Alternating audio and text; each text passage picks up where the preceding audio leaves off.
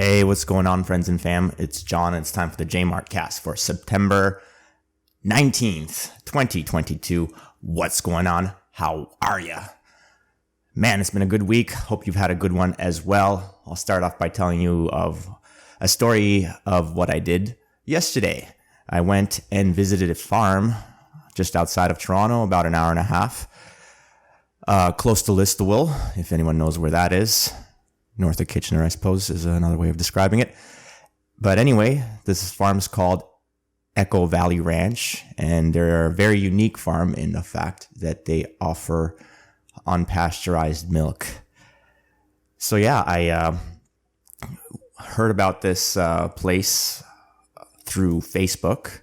You have to join secret little Facebook groups that are allowed to talk about certain, topics that you wouldn't normally be allowed to talk about if it's a more of a public forum, right? So you find this little secret Facebook group and they'll tell you about it if you ask nicely.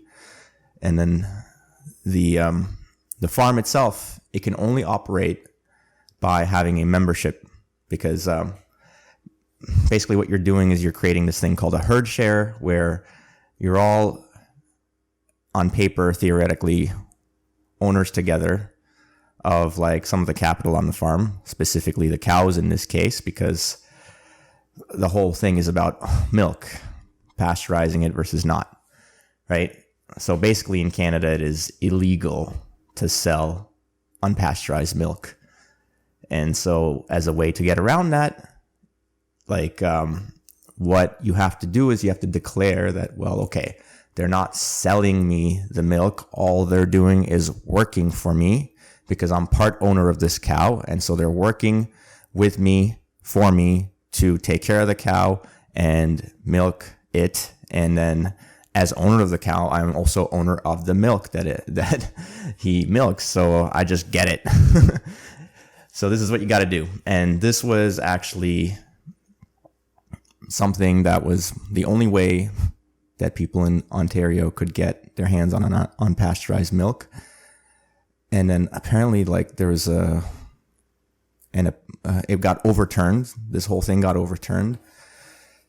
And so the farmer who I met, who was the nicest guy, by the way, this guy named Brad, just real salt of the earth type of person. If you close your eyes and try to imagine the idyllic farmer, it's exactly who this guy was. Kind of a bigger built dude with really big, strong hands. When he shook my hand, I was just in awe of how strong and big his hand was.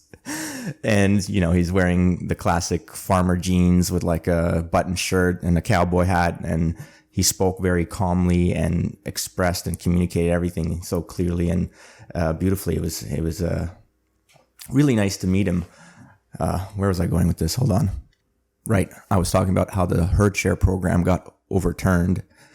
And so there was somebody who was now appealing the whole thing in order to kind of continue, being able to provide unpasteurized milk to their clients.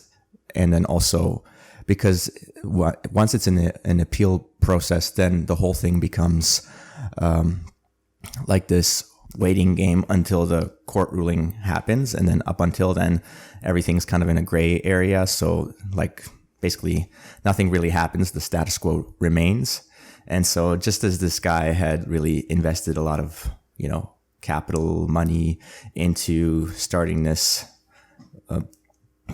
farm, all of a sudden the ruling gets overturned. But luckily the appeal process was able to allow him to continue and, serve his clients, but also make a living for himself, right? But now even that is kind of stopping, where just very recently, I think near the beginning of the pandemic or just slightly after, the person who was doing the appeals stopped, and immediately, I think he mentioned OMAFRA. Let's see, what is that? It's the Ontario Ministry of Agriculture, Food and Rural Affairs. That's an Ontario government ministry responsible for the food, agriculture, and rural sectors of the Canadian province of Ontario. why does that even exist, first of all? But like these guys, like immediately, apparently they were like watching his operations from like a distance for quite some time just to see their schedule. And then because they wanted to slap them with charges in the middle of performing like a delivery. Yeah, so basically they did a big raid on him with a bunch of cops, which seems like a huge waste of resources, quite honestly. Like, I don't want my tax dollars doing that kind of stuff. I don't know about you, but preferably use the money to go after people who do bad stuff, like, killing, shooting, like stabbing, stealing, all that kind of stuff. I'm against that. I'm not against people just selling unpasteurized milk. So, such a waste of time. So he got a bunch of charges while they did the raid. They like took a bunch of stuff, like in terms of like documents, paper and digital records. One good thing he said was because public health was so busy with COVID, they didn't come down to and give a cease and desist, like a charge to him, which meant that he could continue operating, without like in breach of that kind of a cease and desist, which could be a lot more serious. Anyway, quite the interesting story. Like, we did a tour of his facilities, and from what I saw and what I understand, like, he seems to be doing like a great job of ensuring that his cows are clean before and during the milking process, and the equipment itself is also sterilized and cleaned between each milking cycle. And so if things are done right and it's a small kind of operation, I just don't see how this could be an issue at all for anything like bad to happen, except for people to get what they want and possibly reap some health benefits. Yeah, this is why people want access to unpasteurized milk, because the health benefits are lost when you pasteurize. Some of them, right? Like, there's still some good things about unpasteurized milk. Like, let's not go overboard in like throwing out the baby with the bath water. If that, like, I'm not sure if that metaphor fits quite correctly, but unpasteurizing did have a role throughout history in helping people in saving lives. But I think it was, I don't know the exact details of this. I haven't read up on it and studied up on it, but I think it has to do with the urbanization of like our society, and also like the increased need in production to support that, right? With more people living in cities, you need to produce more milk to feed all these people. And then this leads to bigger and bigger productions. And then when you have bigger and bigger productions, it's harder and harder to keep things sterile and clean, leading to mistakes being made, corners being cut. Yeah. And so that leads to contaminated product and people consuming that and getting hurt.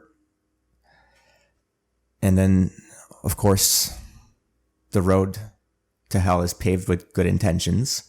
And with the good intention of trying to save and protect people, we decide that we have to pasteurize all milk, and that unpasteurized milk has no role at all in human consumption. Meanwhile, we have like a freaking hundreds of thousands, like thousands of years. I think, like, not hundreds of thousands. I made a mistake there. Like thousands. I think it goes back as late as tens of thousands of years of like human history of consuming dairy from cows and such. But like, somehow we just decide we know better than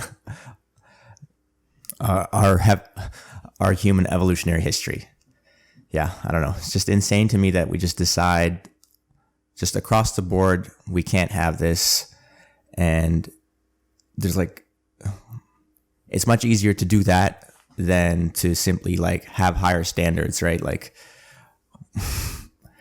like we have laws, like if you break a certain standard, like you have to pay for that. Maybe we could just try to enforce that a little bit better, right? Like, why is it that you can go and buy alcohol all the time, everywhere, even though alcohol is really bad for you? It's because like they do a really good job enforcing that no one sells you poison. Like alcohol is poison, but like in small amounts, you can tolerate it. But it used to be that even in small amounts, they would have like some really bad stuff in there, and you would get sick from drinking it. But then high government standards were placed, and people who broke them were like made examples of. And then all of a sudden we have like all these, alcohol makers that produce high quality product that people can't get sick from just consuming small amounts. And that's good. That's great. Like that's how it should work. We can demand that from milk production, can't we? Like, why can't we have the same thing for unpasteurized dairy products? You have high standards, and if anyone breaks those standards, they're made an example of with a heavy, whatever it may be. Maybe it's just a fine, or maybe it's more severe than that. It's a severe punishment, like whatever it takes. And then like, that's what the market dictates, right? That's what we want. So why can't we have what we want? Because the government, the science knows better, right? That's what it always comes down to. There's always some story of like, oh, little Billy had some unpasteurized milk and then he died. So now we got to protect everybody because we can't have that happen again. Most of the time you look into those stories, they're all fake. That's what I'm going to go with. Like, and even if they're not, life is inherently dangerous. We can't stop people from experiencing it the way that they want to just because we think we're protecting them. Again, the road to hell is paved with good intentions. Anyway, so now what's interesting is all this applies to cow milk, cow dairy, but apparently this is specific to cow dairy, but not so much buffalo dairy. And so this guys have, like in the last 2 years, been transitioning to be buffalo dairy only farm, because why deal with the headache of cow dairy if this is what they have to deal with, right? This level of government harassment, government overreach. But, in order to get to a point where they can still serve the same customer base with buffalo, they needed to have a hybrid period where they still have cow and buffalo together so that they could increase production with the buffalo, but also learn how to deal with the animal, because they're, according to them, quite different. And not in a good way in some ways either, because they only produce 2/3 of what a cow will produce in terms of milk. So they're taking a hit there. Also, they're a little larger than cows are. So in terms of space for like how many they can milk in the space they have, like they fit 6 cows, but only 5 buffalo. So, there's that as well. But all of this like hit in production, they're willing to take just to avoid to have to deal with all this bullshit that they have to deal with from OMAFRA, Ontario Ministry of Agriculture, Food and Rural Affairs. Thank you, government ministries, for nothing. Okay, here's another thing. Recent episode of Joe Rogan podcast, number 1870. Holy shit, I can't believe he's had 1,870 episodes. Podcast guest Max Lagouvert. A great podcast. Highly recommend listening to it. I'm about 2/3 way done, but I'll give a quick summary of what I've learned so far. But basically, this guy's mother has a very unique form of dementia, which I can't remember which exact kind it is, but what I learned from that episode is actually dementia can happen with a bunch of different diseases, and the one most commonly is Alzheimer's disease, and that's the one that has the most research on it, the most kind of literature you can refer to. And so this guy, once he learned that his mom was, had dementia, and then kind of went down the rabbit hole of doing research, was able to come to a conclusion that your nutrition has a large impact on how you will display your dementia and how severe the symptoms can be. And so it's not something that any of the experts that he encountered had told him, and it had to be something that he had to learn about through just diving deep into what's out there on the subject in terms of published literature. And so just an amazing podcast to listen to. But the most amazing thing that I think I took from that episode was the story about how, like, the largest kind of driving narrative in research in Alzheimer's disease has been like this thing about amyloid plaques building in the brain as like the causing factor in creating Alzheimer's disease and dementia. And the fact that when you have this disease, you have these little plaques that show up on brain scans, or not maybe scans, but brain images that you get like post-mortem, where like you have dots in the brain. And then when you look at it on a molecular level, there's like this protein called amyloid beta protein. I can't exactly remember the name of it, but it's kind of like this thing that jumbles up together by itself, and it gets so big then it starts like jumbling up a bunch of other stuff. And they think like it's like this vortex or whatever that just like keeps jumbling up more and more stuff and making your brain basically dysfunctional. And that's why you get dementia.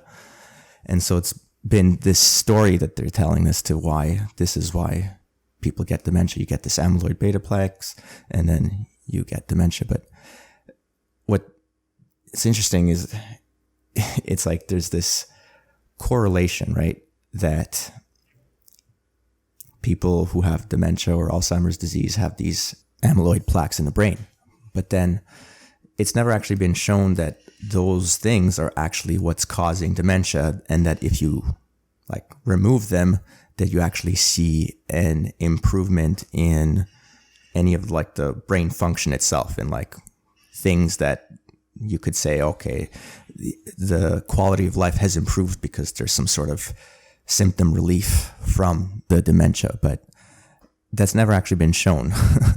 But still, this narrative has existed for a long time. And then like something like just over 10 years ago, as the theory was starting to wane down and people were starting to move on to different possibilities, there's like this paper that was published that showed that there's actually, if you can isolate a certain form of this amyloid protein and, shoot it into the brain of certain mice, you like force them to develop functional like problems with their brain where they can't perform certain tasks anymore, which they used to be able to do. And so that was kind of a new wind in the sail of this idea. And that continued like more and more research into it, and more drugs into like getting rid of these amyloid beta plaques. But it turns out this whole thing was fraudulent. Like the person completely made up everything. And now there are drugs out there that have been approved based on this, paper that's fraudulent, that are supposed to decrease the beta plaques, which they do. They're actually able to decrease the beta plaques, but they have no impact whatsoever on the actual function or cognition of the brain in terms of like day-to-day activities. So there's no actual improvement in function, just a decrease in amyloid plaques and a whole host of adverse reactions, by the way, and cooking of the brain furthermore. But, doesn't matter.